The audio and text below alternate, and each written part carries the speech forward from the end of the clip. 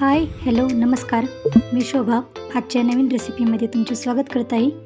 आणि आज आपण चमचमीत आणि चटकदार अशी चाकवतची भाजी तयार केलेली आहे, ती आज आपण बघणार आहे।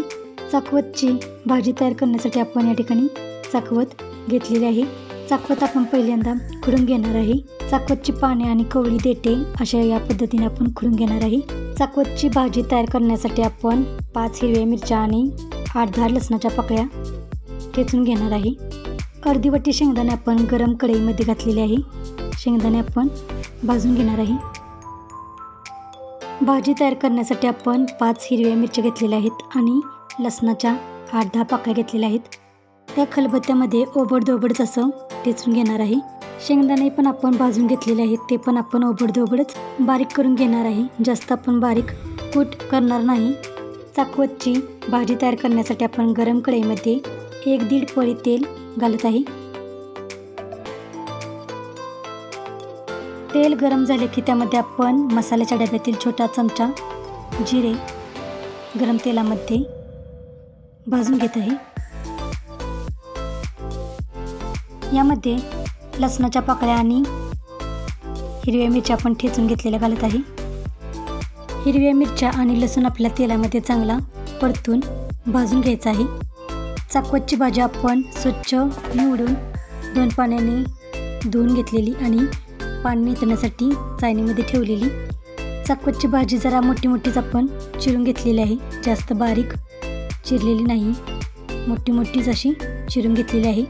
भाजी धुवून झाल्यानंतर आपण पाणी निथळण्यासाठी चाळणीमध्ये 3-4 मिनिटे ठेवली होती। चाकवतची भाजी आता आपण कढईमध्ये घालून परतून घेत आहे। सर्व भाजी आपल्याला तेलामध्ये अलटी-पलटी करून घ्यायची आहे। तर चाकवतची गरगटून सुद्धा पातळ भाजी केली जाते, पण मी आज मुलांच्या डब्यासाठी चाकवतची सुकी भाजी तयार करत आहे। तुम्हाला जर आवडत असेल तर तुम्ही यामध्ये तूर डाळ किंवा मूग डाळ 10-15 मिनिटे भिजवून भाजीमध्ये घातली तरी चालेल, त्यामुळे भाजी शिजून जास्त होते। पण या ठिकाणी मी कोणतीच डाळ वापरलेली नाही। 2-3 मिनिटे आपण भाजी तेलामध्ये अशी परतून घेणार आहे।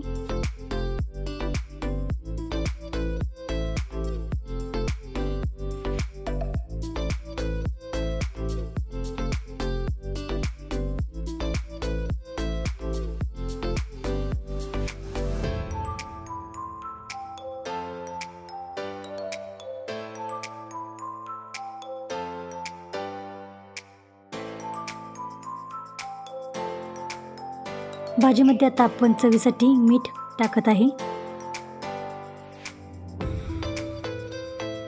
मीठ टाकल्यानंतरही परत ही आपण भाजी अलटी-पलटी करून व्यवस्थित एकत्र करून परतून घेणार आहे। मीडियम गॅसच्या आचेवरती आपण अलटी-पलटी करून 2 मिनिटे भाजी शिजवून घेत आहे।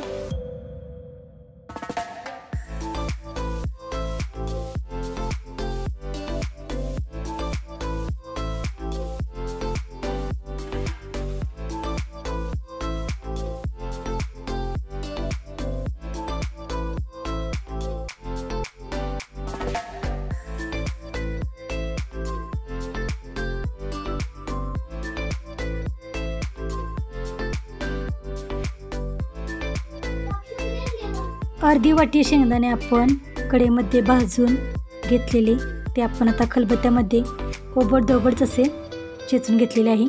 मोठे शेंगदाणे आपण खलबत्त्यामध्ये ठेचून घेतलेले आहेत, ते आता आपण भाजीमध्ये घालून भाजी अलटी-पलटी करून मिक्स करून एकत्र परतून घेत आहे। भाजी आपल्याला छानपैकी व्यवस्थितपणे सर्व एकत्र मिक्स करून परतून घ्यायची आहे।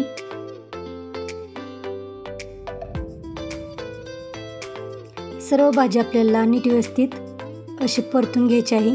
2-3 मिनिटे मी भाजी नीट व्यवस्थितपणे परतून घेतलेली आहे। झाकण ठेवून आता आपण 4-5 मिनिटे भाजी आतल्या आत वाफेवरती शिजून घेणार आहे। थोडेसे राहिलेले शेंगदाण्याचं कूट तेही मी यामध्ये घालून परतून घेत आहे। बारीक गॅसच्या आचेवरती आपण झाकण ठेवून आपण भाजी 5-6 मिनिटे शिजवून घेणार आहे।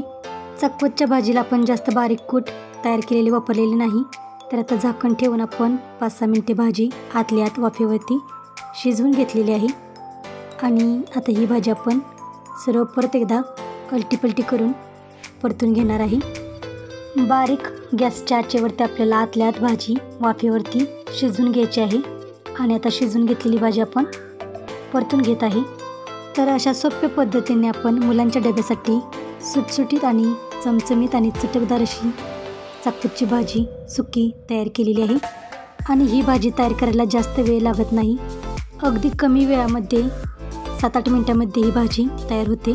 झटपट अशी ही भाजी तयार होते. आणि अशी चाकूची भाजी बाजरीची भाकरी किंवा ज्वारीची भाकरी सोबत खायला खूप छान लागते. मुले तर चपातीसोबतसुद्धा ही भाजी खूप आवडीने खातात. तर तुम्हालाही आजची चटपटीत आणि चटकदार अशी चाकवतची भाजी रेसिपी कशी वाटली कमेंट करून जरूर सांगा. आणि अजून चॅनलला सबस्क्राईब केलं नसेल तर चॅनलला सबस्क्राईब करा आणि शेजारील बेल आयकॉन पण क्लिक करायला विसरू नका, म्हणजे मी पाठवलेली नोटिफिकेशन तुम्हाला वेळेवरती पोहोचत राहील. रेसिपी कशी वाटली ती कमेंट करून जरूर सांगा.